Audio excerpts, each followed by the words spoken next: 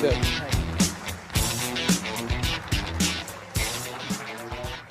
Some of you are still sleeping this morning because you were out partying last night, right? Las Vegas. But not you. You're all here. Did you have fun last night? Yeah. How can you not have fun in Vegas? I got to thank Eric. One of the beautiful things about our profession is that there's so much amazing training, inspiration, and opportunity to grow and learn in this profession. And there's probably no one in the entire network marketing profession that provides more value basically for free through the interviews, through his website than Eric Worre. And my team benefits from that. And I want to thank you, Eric. Yeah. I mean, I could do a whole seminar on just how great our profession is. And if people really knew, everyone would be in network marketing if they really knew the value that this profession provides. And the outcome of plugging in is a great residual income. And where else can you work part-time for a few years, grow, learn, be around fun people, and develop a residual income that will set you free financially? I just don't know where else you can get that, but in this profession. Every other thing that provides a residual income is not really a residual income. If you build this business right, you'll end up with beach money. You'll end up with a constant flow of revenue that will come in whether you go to work or not. And that promise is real for our profession if you build it correctly. If it constantly requires your attention, then you'll never have beach money. So before I get into my talk here, where's my clicker? There it is. Before I get into my talk, I want to share with you what I believe is the reason why more people don't make money in network marketing, whether it be $5,000 a month, $10,000, or $100,000 a month or more. If you were to go back into the early 1900s, before 1904, let's say 1901, and you talked to 1,000 people, and you said to 1,000 people, is it possible to fly? What would they all tell you? There's no way. It's not possible to fly. That's fantasy. That's not real. There might be two crazy people that said it's possible to fly, right? Two crazies.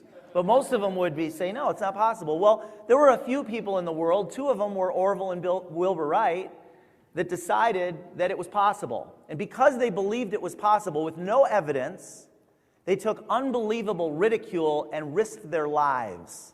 If you've ever seen any of the films of them trying to fly, they risked their lives every day trying to fly. But they believed it was possible, and the result of that is today, we walk onto a jumbo jet and we complain because the air conditioner is too cold.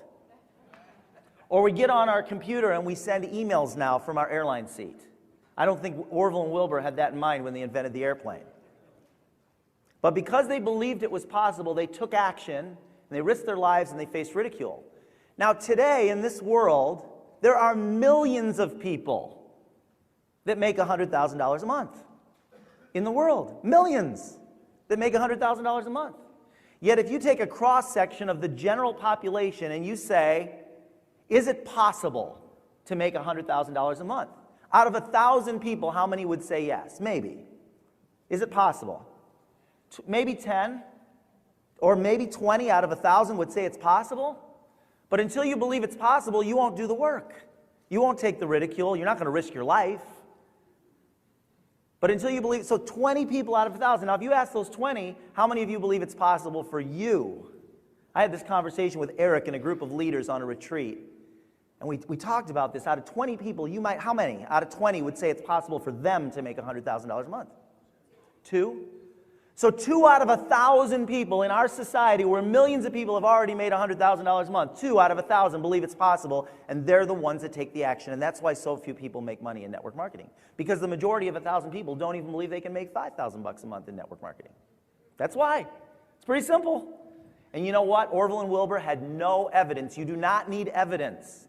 Some of you in this room joined companies where no one had made money before and you made money. I joined a company where nobody had ever made $10,000 a month in that company, but everybody's looking for evidence. Is anybody making money? Doesn't matter. Orville and Wilbur invented the airplane, and there was no evidence. You don't need evidence. You don't even have to have ever done it before. The only thing you have to do is believe it's possible. That's it. And then go do the work. It's not too bad, is it? What an opportunity that is. So I'm going to talk about leveraging the power of networking groups. I'll start off with a story. So when I joined my last company, and I didn't join it to build it as a business, I was invited to a networking group. I'd never been to a networking group before. I didn't even know what they were.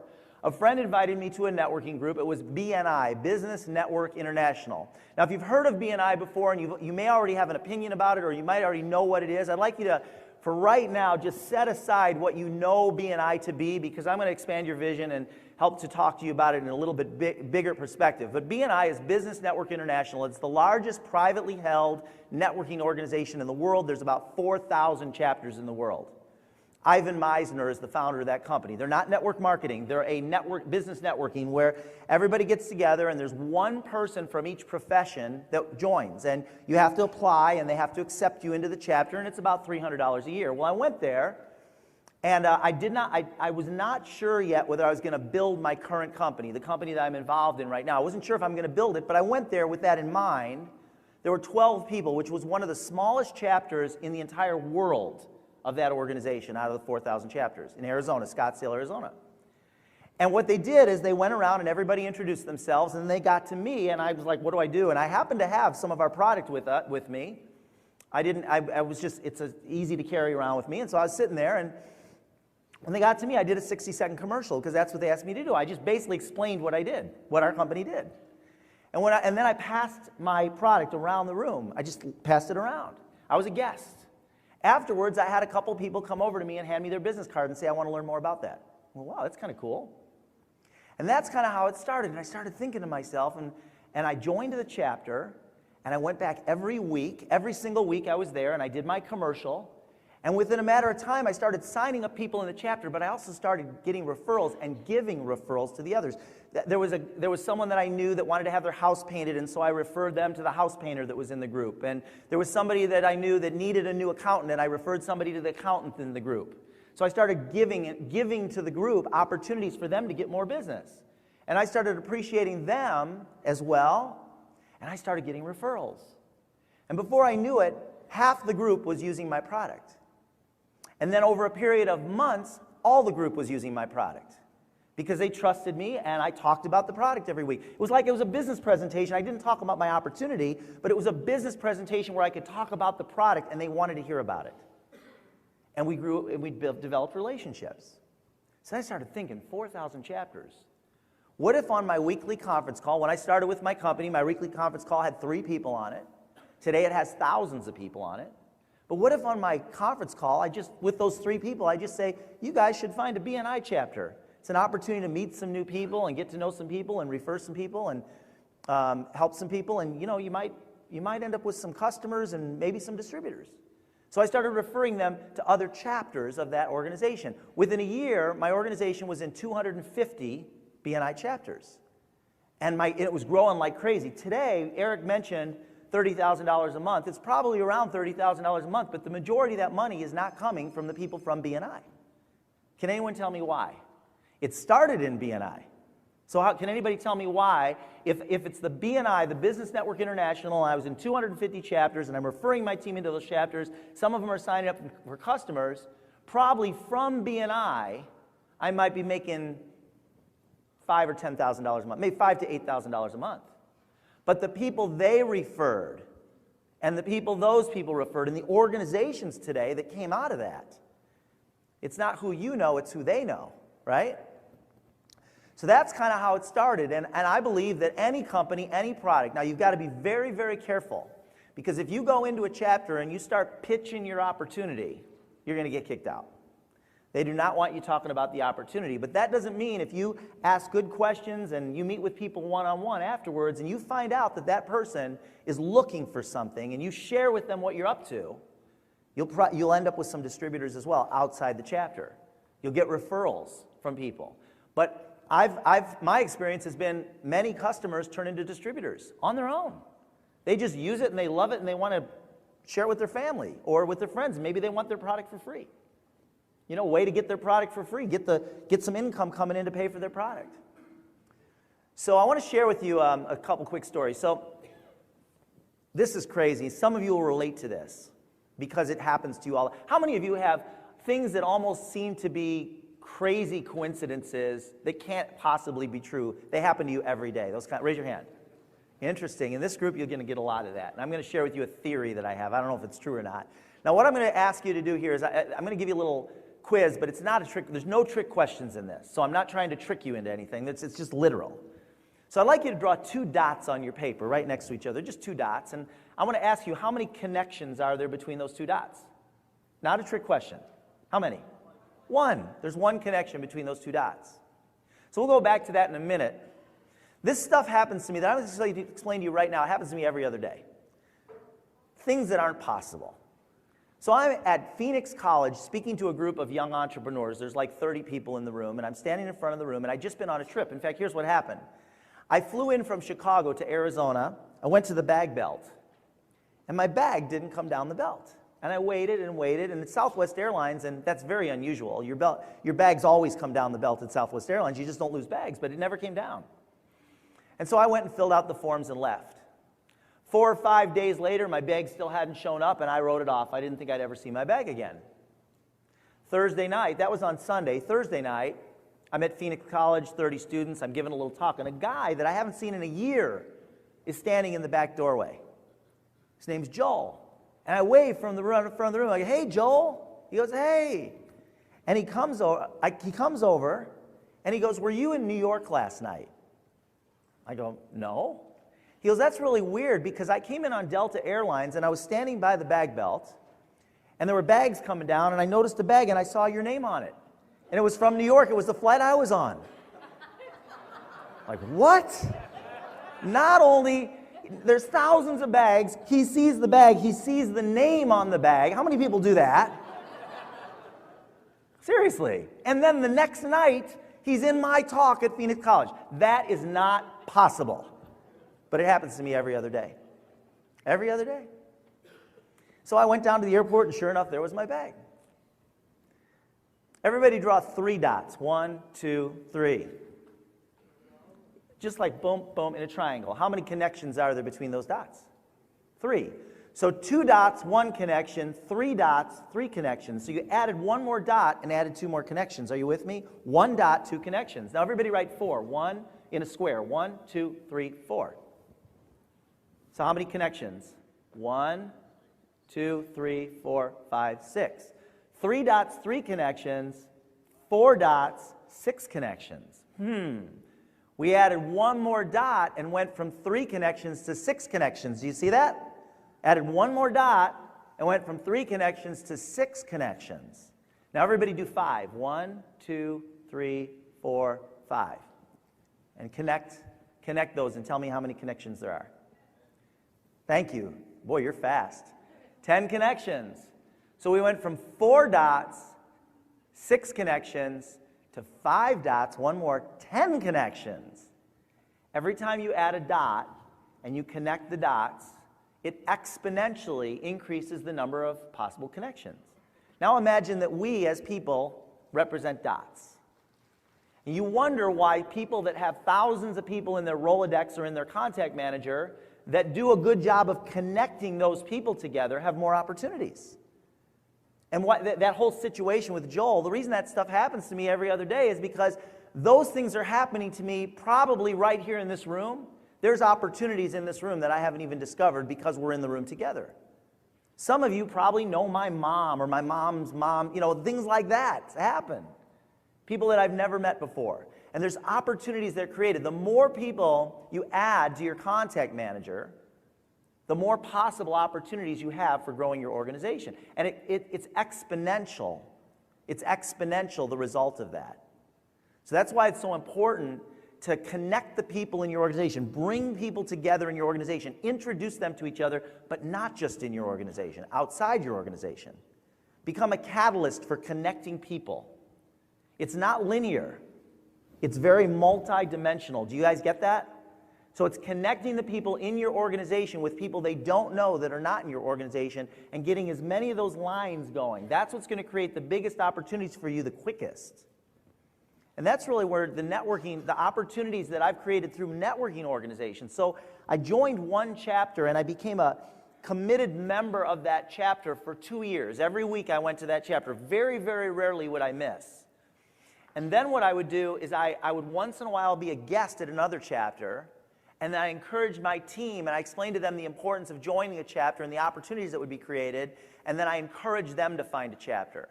Most of you, in most of the cities you live, anywhere in the world, there's multiple chapters that don't have somebody from your opportunity. Now, very important, number one, you cannot talk about your opportunity in that meeting. And I've had people say, well, Jordan, why should I meet? Why should I even go if I can't talk about my opportunity? That's very short-sighted. Your opportunities extend far beyond whether you can talk about your opportunity in that meeting. It's meeting people. It's getting those connections going. Do you all get that? Okay, good. Thank you, Robert. Your talk, by the way, was awesome yesterday. Thank you. And thanks for, yeah. So the one person you want to meet, I'm going to give you like 3 little things. They seem like really little things, but they're huge opportunities if you embrace them. They're very simple. The first thing, and they're powerful things that you can do in any situation, not just in networking groups, you want to ask the event coordinator, who are the 3 most well-networked people in the group? Would you introduce me? I never do a cold call. I've never done a cold call in my career in network marketing. I've never done a cold call. I don't like sales. I don't like cold calling. But what I do is I meet somebody and I ask them to introduce me to people. Then it's not a cold call. When there's an introduction, they feel an immediate connection to you because they know that person. So I ask for introductions. And I don't even ask for an agenda. I just say, who do I need to meet? This is what I do. Who do I need to meet? And they introduce me to the 3 most well-networked people in the group. And then I schedule an appointment with them to get together with them just to get to know them better. I'd like to get together with you and get to know what you do and learn more about that. I do that every day. I'm looking for those opportunities to meet key influential people, people that are well-networked. We're in network marketing, so let's get with people that are well-networked because we can share opportunities with each other. So the 3 biggest mistakes that people make when they're networking is, number 1, oh gosh, it's so painful. You guys have experienced it. Some of you have experienced it and you do it. I saw some of you doing it here last night. It's terrible. Don't do this when you're networking. Number 1, biggest mistake, pitching your opportunity. Stop pitching your opportunity. It's kind of distasteful. It doesn't land very. How many of you have been at a networking meeting and somebody starts pitching your opportunity the first? Do you know what I'm talking about? It's just not comfortable, you know? So hold on to that. Just hold that back. Get to know them. Ask them questions about them. Learn as much about. If they ask you about you, if you give them something, give them a phrase or a sentence and then go right back to them. And really learn as much about them as you can. When you walk away, you should feel like you really know them. Be really curious. Write the word down, curious. Be curious. Be interested. Write the word down, interested. Be interested. The first thing, don't pitch your opportunity. I was at a networking meeting, and this guy was with an electric power network marketing company, and I met him and shook his hand, and his name was Phil. I said, Phil, nice to meet you. He said, nice to meet you too. I said, Phil, what do you do? Oh my God, I shouldn't have said that. I mean, I was cornered for the next, just tell me a little bit, but don't pitch your whole opportunity. Okay. Number 2. Second thing that you don't need to do, because it's not a good use of your time, is just talking to everyone. When you go into a networking meeting, if there's 20 people there, or 50 or 100, pick 1 or 2, or at the very most 3 people and get to know them. You don't need to meet everybody, because why don't you need to meet everybody if you're meeting the right people? Why? Because they know the others, right? They'll introduce you to the others. So just pick 2 or 3 and get to know them really well. Get their contact information or their business card. You give them yours if you want to. I personally get people's business cards, but I typically don't give my card. I don't. Because what I do is then I'm proactive and I contact them. But that's not I wouldn't say that's a black or white thing. I just personally don't give out business cards typically. And then the third thing is, in the B&I environment, it's really frowned upon to go from group to group to group to group. Like not joining a group, not committing and paying your $300. You can go as a guest 2 or 3 times before they ask for your money. You can visit 2 or 3 chapters, but the thing you don't want to do, and there's people that will do this and they will be banned from the group, is never become a member, just become a guest and go guest event, guest event, guest event, hopping across the country being guests at chapter meetings. You will get kicked out of it and you'll be banned forever from it. You don't want to do that. And they find out really fast because those networks are really, really tight. Are you with me? Okay, join one, get to know the people in the group. You can then become a guest, or not a guest, but what do they call them? What? Visitor. Not a visitor, that's not the word. A sub, thank you, a sub. You can become a sub when somebody else at another meeting can't make it. You can sub for them. And you get to talk about your product. But you want to join a chapter after you found the chapter that you want to join. 60-second commercial. I'm not going to get into a lot of specifics because most of this, my guess is that most of you can already do these pretty well. But there's 4 different ways of doing your 60-second commercial. And I recommend mixing it up. Don't do your 60-second commercial the same each time. Again, the reason I thought of, this is what I thought of. I thought 4,000 chapters. Now today we're in 1,000, my company is in 1,000 chapters out of the 4,000. That's leverage right there because every chapter, every week, there's somebody from my team giving a 60-second commercial to a group of anywhere from 10 to 50 people. Every single week in 1,000 chapters. And every week we have new customers and new distributors coming in as a result of that. You see that? Huge leverage. It's like having imagine this. It's like having presentations that are set up for you. You don't have to get a room. You know what I'm saying? You don't have to set anything up. It's already done. You just get your team to go. One person in each chapter. And like I say, there's not one single company that I know of that is saturated in B&I. In fact, most companies don't have anyone in B&I, Business Network International. You might have to make a few phone calls. If you go to bni.com, they list most of the chapters, but some of that information isn't completely up to date. It's a very, very powerful leverage strategy. 60-second commercial, 4 different ways to do it, and I mix it up. Some weeks I just explain what we do. I explain the product at the meeting. I just explain it. Some weeks I tell stories. Like I might have a really great success story, not an opportunity story, but a product story. And you guys get those through your company all the time and through the experiences you have with your distributors. When you get a powerful success story, share that at the meeting in 60 seconds. That's a powerful thing to do. Those success stories will carry you a long way in terms of creating those opportunities. The third thing I do is testimonials. Testimonials. And if you're a giver in the group, if you look for opportunities to refer business to other members of the group, guess what they're going to do? They're going to start referring people to you. Now, I know somebody that needs your product. And then they connect you with that person. They'll even connect you on a phone call. It's phenomenal. It's the easiest way to build a business. The quickest way. Some people look at this networking as old school, like the slow way. I'm going to tell you right now, I believe the slow way is the fast way. If you want to create a long-term sustainable residual income stream, the slow way is the fast way, in my opinion. Number 4, I love this one, is just show and tell. Show and tell. That's where you have your product and you pass it around. If you guys have a product that you can let people sample it, when you do your 60-second commercial, or about once every few weeks you get to do a 20-minute presentation. Bring product for everyone so they can all try it, and all try it together. If it's that kind of product, if it's the ability to do that. Yes, sir.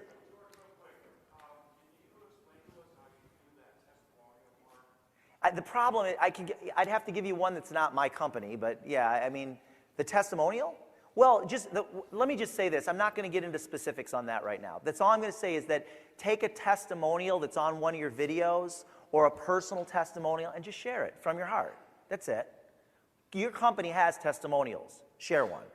Me giving the testimonial for your company or anyone else's company isn't going to be the same as a real testimonial. Does that make sense? You guys, raise your hand if you don't have a testimonial in your company. If you don't, there's a problem. Okay? Because your company should be filled with testimonials. Take one of those testimonials and share it with the group. You know, heck, when you do your 20-minute presentation, bring the person with you bring them with you. Let them give the testimonial versus being secondhand, or if you have a personal one. All right. triple your opportunities for growth. This is extremely powerful. When you join your chapter, most of the chapters have what they call a visitor host, right? Visitor host in there. Become a visitor host. Well, the visitor host meets every guest that comes to the meetings, and every week, depending on the meeting, there's anywhere from 3 to 10 or 15 guests. You're the person that greets the person. You're the person that gets their business card. It's an opportunity to connect with people. So what I would do is, there was a point where for about 6 months I was a visitor host, and I would get their card, and I'm very generous in terms of like looking for ways to provide value to them without expecting anything in return. These cards, now it's very challenging for me to be a member of a chapter right now because I'm in a different city every 4 days. But when I was getting started for the first few years, for the first 3 years, I was at one chapter for 3 years, 2.5 years, and the next chapter for about a year. And then I started traveling a lot more. But I would get people's business cards, and I would, sometimes I'd send them a handwritten note, and I'd put a little Starbucks card in there and saying, thanks for coming to the meeting. We hope you'd choose to join our chapter. We'd love to have you. Stuff like that. Just examples. I'll give you some. This was the 702 helicopters, the 2 flight instructors and the guy that owns the school, guy and his wife that own the school. But these are the kinds of cards that I would get at a meeting. Spring Preserves. This lady runs the Spring Preserves here in Vegas. And these are people that this is a neighbor of mine, John Travis. He's involved with an organization called Vistage. Ferrara Cafe in New York City. I met the owner there. I just introduced myself, and I don't talk about my business. This is a guy that sold me a car. This guy, I went into his cigar place in Park Forest, Illinois. He owns the cigar place, and I just get his card, and I shake his hand, and I say, how long have you had this place? Wow, nice place. Tell me more about it. How did you get it started? How long have you had it? And how'd you get into the cigar business? You know what I'm saying? Just creating those connections. So yeah, so that's kind of how I start. And then I get to know the people, and I develop that rapport. It sounds pretty easy, doesn't it? Develop the rapport, and then I say, just like the Best Buy, I say, remember the come here, I want to show you something? I call them on the phone, and I say, would you mind if I shared something with you and just kind of get your thoughts on it? A business idea? Yeah, sure. And I do ask a few questions and things like that. Tim's training is like phenomenal. Is Tim here right now? I don't think he is. Is he? No. What did you guys think of Tim's training last night? Man. I'd forgotten how good he was. I mean, he is so good. And I remember seeing him. I haven't seen Tim in 13 years, but I still consider him a close friend because he's just such a cool guy, And I felt like I hadn't seen him. I felt like it was yesterday that I saw the guy. Did you have a question, Jules? Yeah. I just wanted you to clarify yesterday when you were telling your helicopter story, and you were condensing it. So you said, you took that helicopter ride, and then you ended up signing him up. I heard some people thinking that you recruited him on the spot. No, well, I didn't sign him up in the helicopter while I was trying to hover. Oh, sorry. I talked about signing up the people that own the helicopter school, but I didn't talk about how that happened and when I signed. Did I sign them up on the spot, or did I sign them up later? I actually signed them up 2 days ago in the school itself. While we were flying, that was not a great time to pull out the computer and try and, take care of business. But we talked, because we literally were together for many, many, many hours over a 3-day period flying in this helicopter, right? And so across the country. So he asked me a lot of questions. I answered his questions. I helped him to kind of envision some possibilities and some opportunities, and he started brainstorming a little bit. And then when we landed, he asked for some more information, and so I gave him our company magazine. He read through that. His wife read through it. His wife signed up for our product to try the product, and for 3 days she used it, and she loved it. And then we signed him up a couple of days ago. So I haven't even trained him yet. I mean, I just literally signed him up and left, because I was getting ready to do this stuff. So. Okay, choosing the right group. I look for groups that have 30 to 50 members if possible. That's number one, 30 to 50 members. Less than that, there's just not as much activity. The second thing, ideally 30 to 50. Second thing, while you're there as a guest, make sure there's lots of referrals. Like people are bringing referrals and there's guests in the room. There's referrals being passed between the members and there's guests in the room. That means there's a lot of activity and life in the group. You want to do that. You want to make sure they have a giving philosophy. You want to make sure that the philosophy of the group, because there's other groups besides B&I, and some of them are more giving than others, but you want to kind of get that sense that it's an organization that really cares about, they're connected and they care about each other. And number 4, I mentioned this, lots of guests, 5 to 10 guests per meeting. So number 1, 30 to 50 members. Number 2, lots of referrals. Number 3, giving philosophy. And number 4, lots of guests. The difference between referrals and guests is referrals means that the members are passing referrals back and forth to each other. Guests are people that are visiting the chapter for the first time. If there's no guests there, I'd come one more time, and if there's no guests or 1 or 2, then I'd join another chapter. You want one where there's a lot of guests there. Okay. The most important question that you can ask yourself in networking, I believe, is who does business, write this down, who does business with people who would do business with you? Who does business with people who would do business with you? So you want to meet those people. Think about, like, and we don't have time to get into all the detail of this, but what I like to think about is who are the people in life that do business with the people that would do business with you? You want to meet those people. That almost can become a goal. And if you meet those people, that's an opportunity because they're connected with lots of people. I'm talking about ways to accelerate the growth of your group. Because some people work their business for 3 years and they get incremental growth, a little bit of growth. Some people get exponential growth. Why is that? It's because who they're meeting. It's the connections they make along the way. Rules for networking. I'm going to go through these very rapidly. Number 1. Oh man, I've seen network marketers be so nasty. Most of you aren't. Most of you are really nice people. But number 1, be kind. Be kind. Even if somebody's not interested in your business, don't make them wrong. Don't badmouth them. Don't make them feel like they're stupid for not doing it. Because most of those people, it's just the timing is off. So be nice to people. Be respectful of wherever they are. Acknowledge wherever they are. If somebody says, I don't have the money right now, say, I can understand that. Man, I was that way for a long time. I didn't have the money. Acknowledge that. And be respectful. They say, I just can't do it right now. I really want to do it, but I can't do it right now. Well, when do you think you might be able to do it? Well, I'll be able to do it in 6 months. Oh, 6 months? What, are you stupid? No, I don't do that. All right, I don't do that. Number 2, be generous. Number 2, be generous. I try not to make people wrong. Number 2, so what I do is I look for opportunities to over-tip a little bit. Look for opportunities where you wouldn't normally tip to give somebody a little tip. What you send out comes back. Right? Yeah, so you want to, yeah. And you know what? Send somebody a handwritten note with a Starbucks card telling them thank you for just looking at your opportunity. Just for looking. Not for even the ones that aren't interested. What's going to happen? Number 3, didn't mean to do that. Be patient. Be patient. People are not on your schedule. They're on their own. Number 4, be interested. We talked about that. Number 5, be memorable. Do things, little things that are going to cause them to like. There's some people in this room that can do really crazy tricks with their tongue. That's not what I'm talking about, really. All right, but you want to do some things that will allow you to be a little bit memorable. You know who you are. I've just seen it. That's all. I've just seen it. And the last thing is, if you want to make it happen, schedule it. And I want to talk about this for just a second. This was a huge defining moment in my network marketing career. I'd been in 11 companies in 10 years, never signed anybody up. I would talk to 2 or 3 people.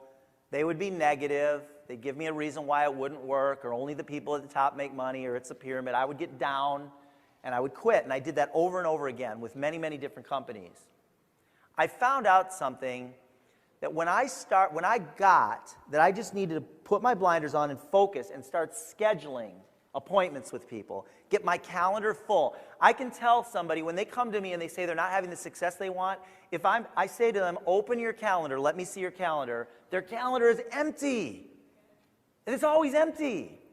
You want to get your business going for the next 2 to 3 years, fill your calendar with appointments to meet with people one-on-one, 2-on-1s, your opportunity meeting, conference calls, getting guests on conference calls, following up. Fill your training, fill your calendar during the time that you're scheduled to work your business. If you're working your business 4 hours a day, and you tell me you're working 4 hours a day, and I look at your calendar, I should see appointments in every single minute of those 4 hours. That's working your business. Now, how do you get the beach money? You do that long enough until there's leaders in your organization that don't even know who you are, and they're building it for themselves, not for you. You do that long enough, however long that takes. It might be a year. For some of you, it might be 5 years. But at some point, there were other people that will grab the baton and run with it. In the beginning, it's all you. Your check is about you in the beginning. But ultimately, you'll have people. But if you're having to do everything, in the beginning, you will have to do everything. But if your business is only at arm's reach, then you're going to be limited. And if you have to have your hand in everything, so you're looking for people that will do it on their own. And you plug them into the system.